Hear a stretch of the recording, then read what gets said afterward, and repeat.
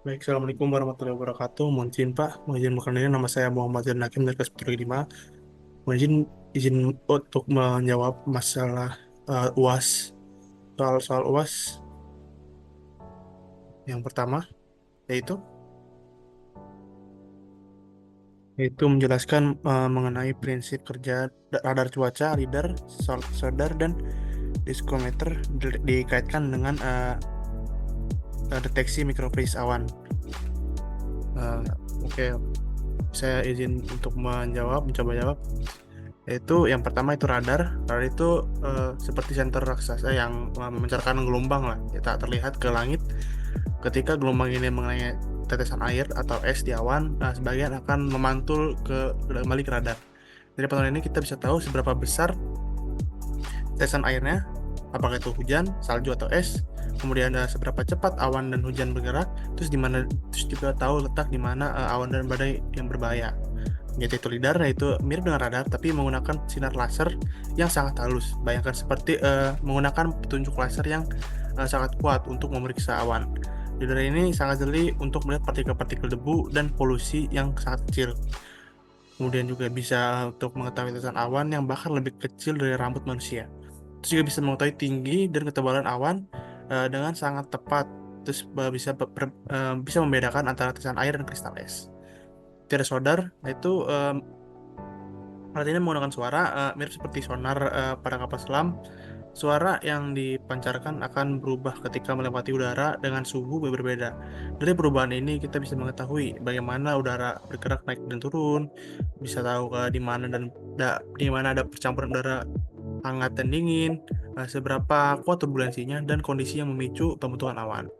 Kemudian di hidrometer, ini seperti penghitung tetes hujan, eh, yaitu meletakkan di tanah, dan alat ini akan mengukur ukuran setiap tetes hujan yang jatuh, terus berapa cepat tetesannya, ya berapa cepat jatuhnya, terus kemudian bisa membedakan antara hujan gerimis atau hujan es, terus juga bisa untuk menghitung berapa banyak air yang turun per menit.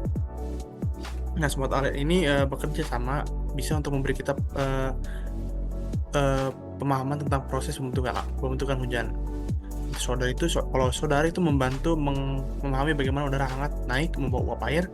Kalau lidar itu mendeteksi saat uap air mulai membentuk tetesan awan kecil. Kemudian radar itu mengawasi tetesan kecil bergabung dengan yang menjadi lebih besar. Kalau di hidrometer itu mengukur hasil akhirnya saat hujan mencapai tanah. Terus juga bisa dimanfaatkan alat tersebut itu membuat perakiran cuaca yang lebih akurat. Kemudian bisa memperingatkan lebih awal jika ada badai berbahaya. Kemudian bisa memahami bagaimana polusi mempengaruhi pembentukan awan. Terus juga bisa mempelajari bagaimana perubahan iklim mempengaruhi pola hujan. Baik, selanjutnya untuk yang nomor 2,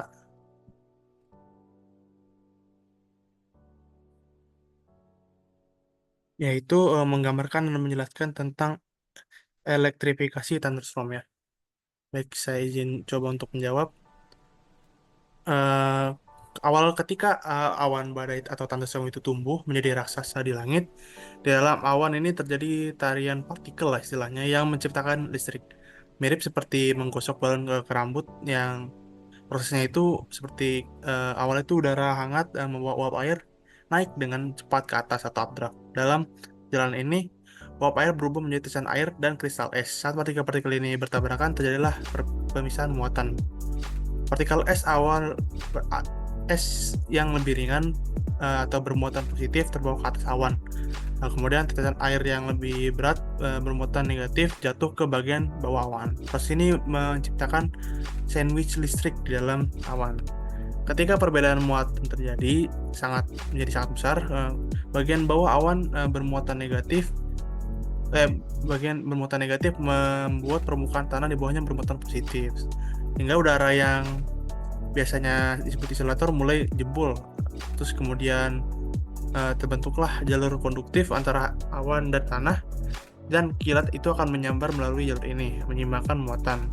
Proses ini menghasilkan petir petir awan ke tanah atau sambaran dari awan itu ke permukaan bumi, antara awan ke awan, sambaran antara awan yang berbeda, dan petir dalam awan, kilat yang terjadi di dalam awan yang sama. Energi yang dilepaskan sangat besar, temperaturnya bisa mencapai 30.000 derajat Celcius atau 5 kali lebih panas daripada permukaan matahari. Nah, satu sambaran petir bisa mengandung jutaan volt dan bunyi guntur terjadi karena udara di sekitar petir dipanaskan dan berekspansi dengan cepat. Proses ini terus berulang selama tentrum aktif, menciptakan pertunjukan spektakuler di langit yang kita kenal sebagai badai petir.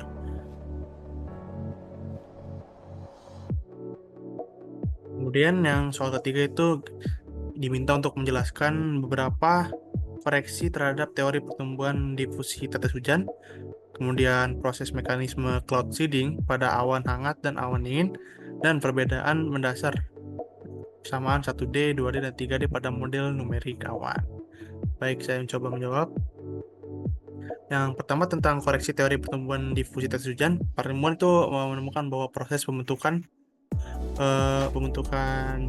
hujan ini lebih kompleks dari yang awal dibayangkan.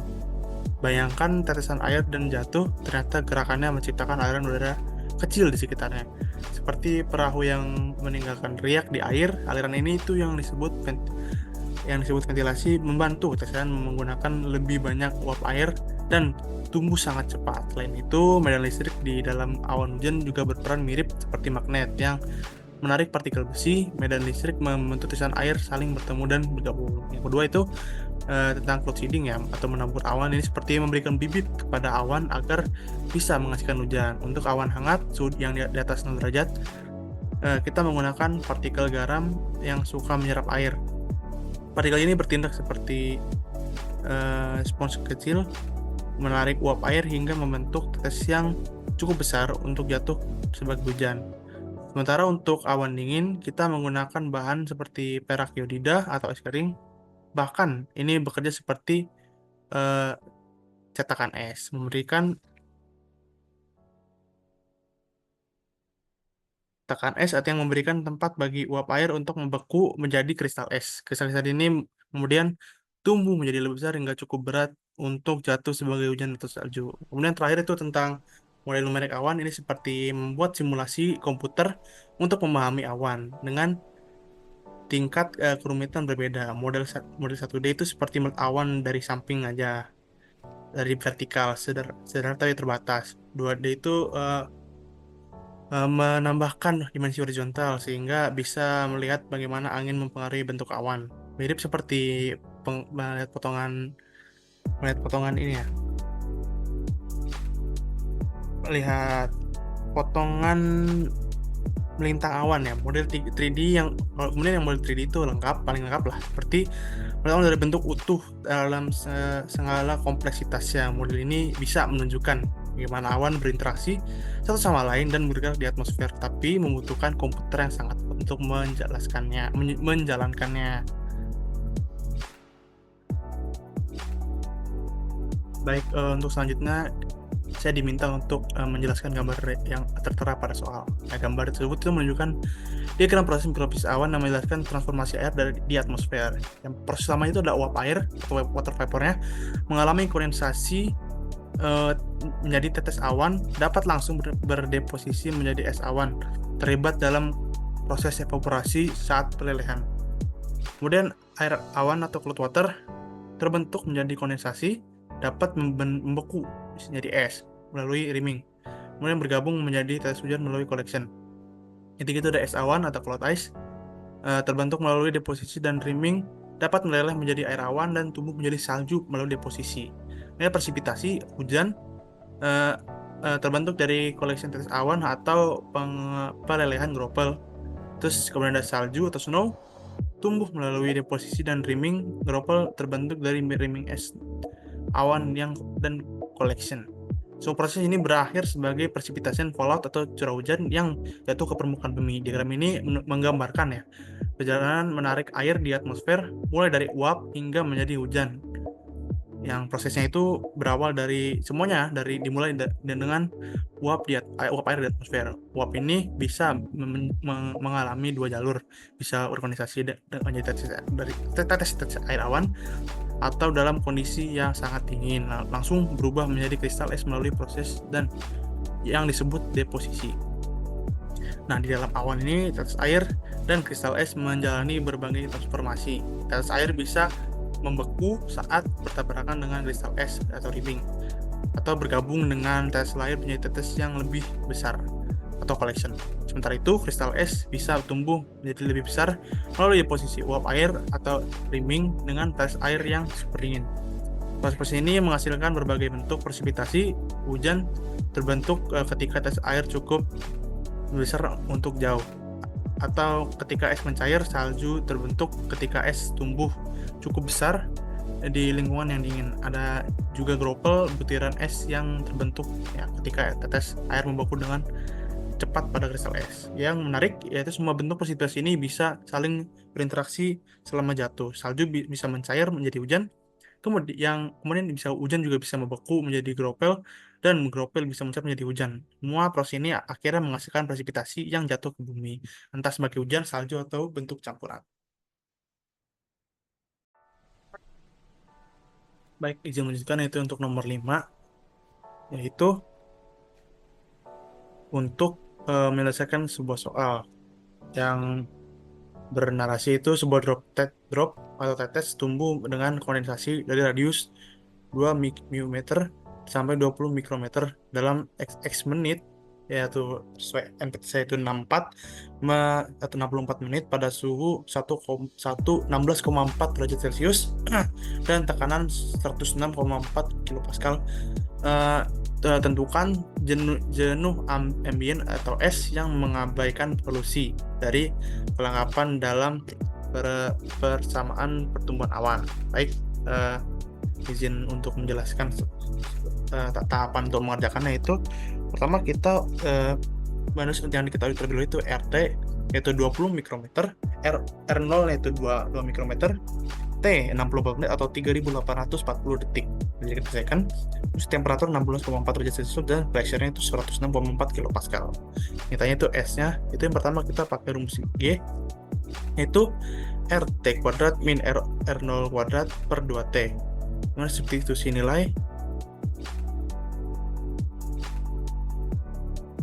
Ya, izin menunjukkan, itu tadi mencari G sama dengan RT kuadrat min R0 kuadrat per 2T.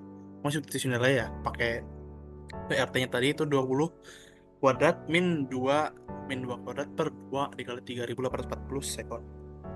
Kemudian T hitung kuadratnya, yaitu RT kuadrat sama dengan 400 mikrometer kuadrat, dan R0 kuadrat itu 4 mikrometer kuadrat ya. Terus 400 kurang 4 per 2 kali 3840 sama dengan 39 per 7680, yaitu sekitar 0,516 mikrometer kuadrat. Kemudian langkah 2 kita mencari S1 menggunakan nilai T itu 16,4 dan P sama dengan 1064 milibar untuk menentukan S1 berdasarkan pendekatan logaritmik dari referensi Roger and Young. Nilai log 10 S1 itu mendekati 2,03, log 10 S1 mendekati 2,03. S1 sama dengan 10 pangkat 203, itu mendekati 107,2 mikrometer kuadrat per sekon. Kemudian langkah 3 itu menghitung nilai S-1, itu S-1 sama dengan G per S1.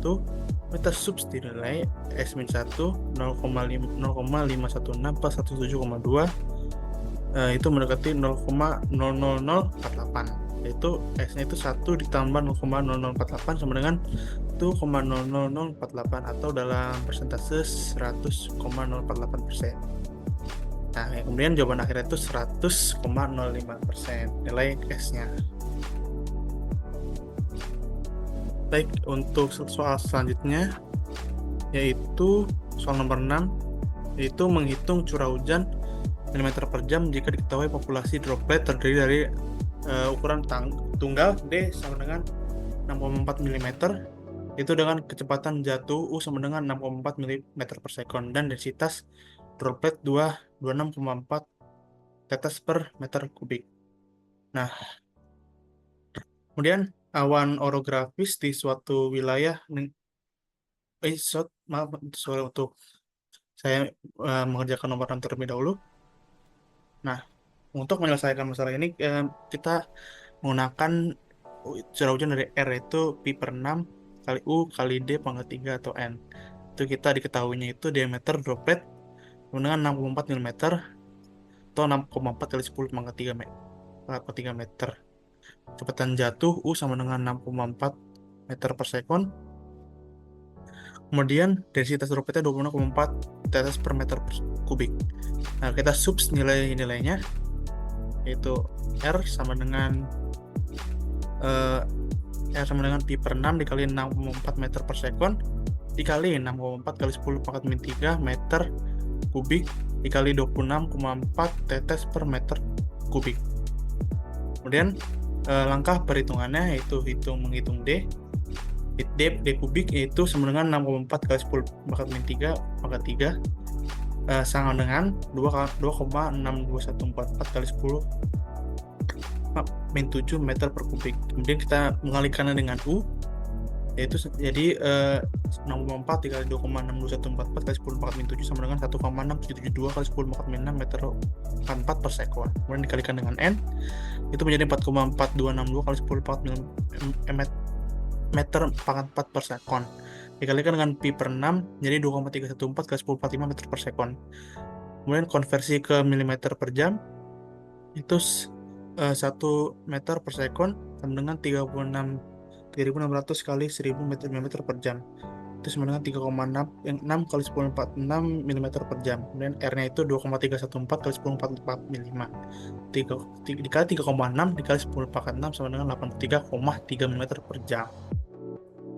Kemudian untuk nomor 7, yaitu awan orografis di suatu wilayah dengan ketebalan 2,64 km mengandung uap air 0,64 gram per meter kubik.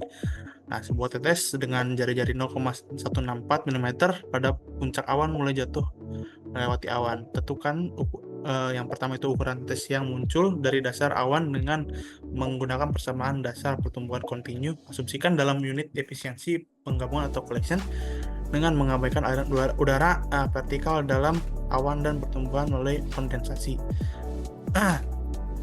Yaitu kemudian ada waktu yang dibutuhkan tetes untuk jatuh melalui awan dengan asumsi terminal velocity tetes dengan K3R, di mana K3 sama dengan 8 kali 10 pangkat 3 sekon.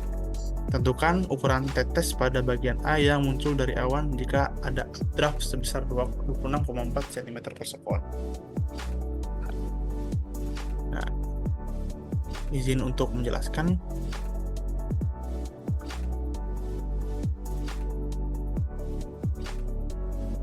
Jadi yang pertama kali itu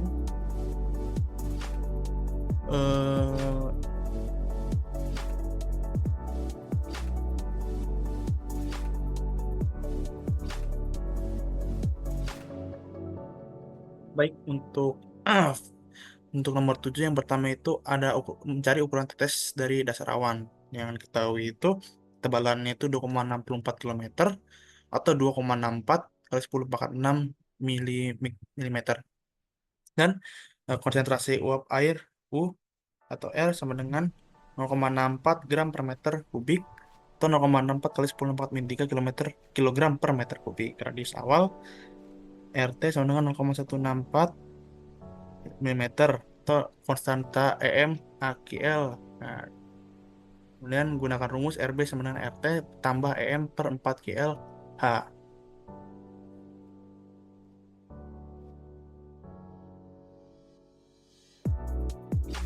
Nah, kemudian yang B itu waktu untuk jatuh melalui awan, yaitu VT sama dengan K3R, di mana K3 sama dengan 8 10 pangkat 3 S pangkat min 1 ya. Terus pakai T sama dengan AQL per EMK 3 atau Len RB per RT.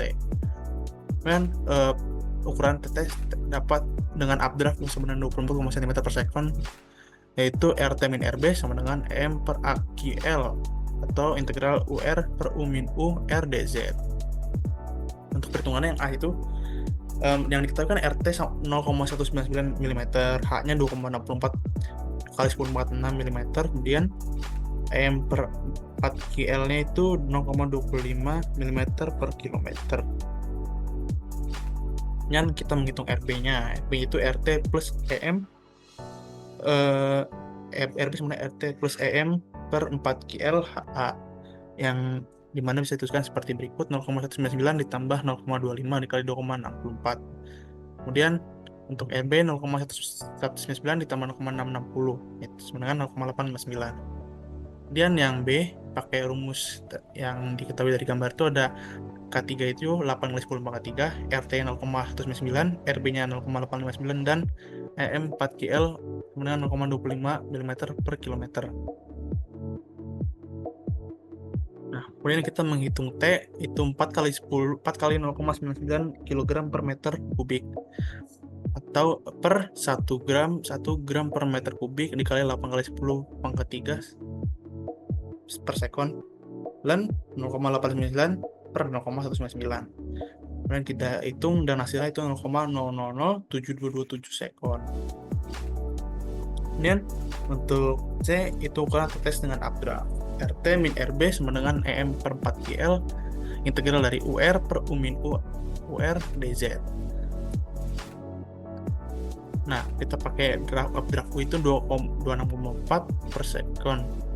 Cm per sekon sama dengan 0,24 meter per sekon. Nah, kemudian ketebalan awannya itu 0,64 km atau 0,64 10/6 mm. Kita menghitung integralnya, itu didapatkan 0,899 mm.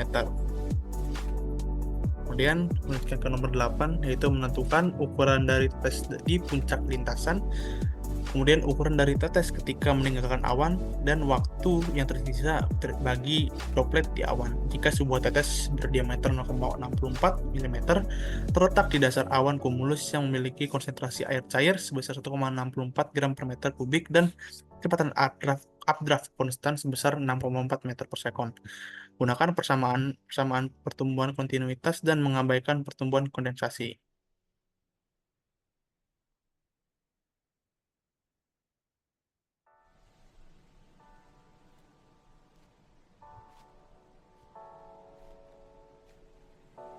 Nah, untuk yang A itu ukuran tetes di puncak lintasan diketahuinya itu EM sama dengan 1,64 gram per meter kubik dan sama dengan 1,64 kali 10 pangkat min 3 kg per meter kubik. U-nya 64 meter per sekon, UCR-nya itu 4,03 meter per sekon, QL sama dengan pi per 6, itu konsentrasi dalam persamaan, dan RB itu 0,64 mm atau 0,64 kali 10 pangkat min 3 meter.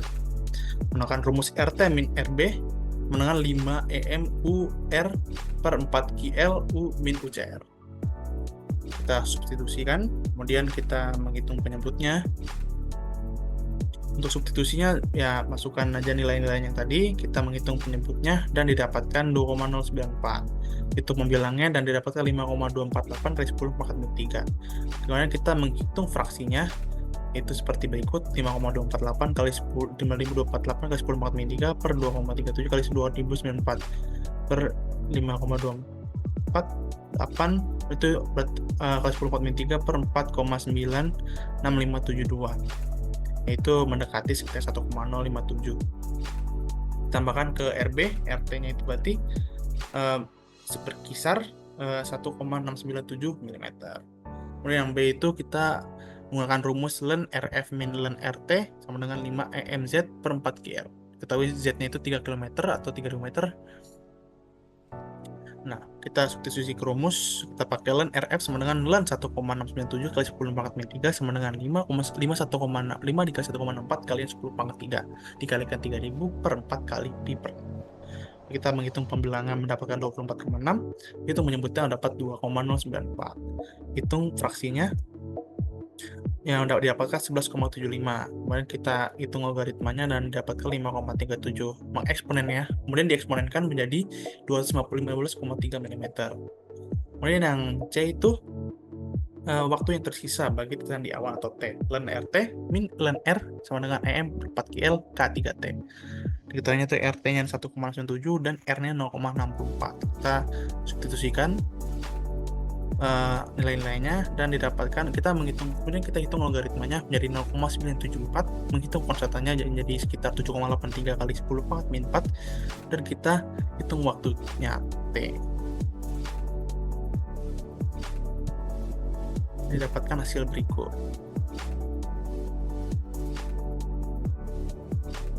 Sekian penjelasan yang sisa saya berikan, kurang lebihnya mohon maaf. Bila ada kesalahan mohon untuk dimaafkan.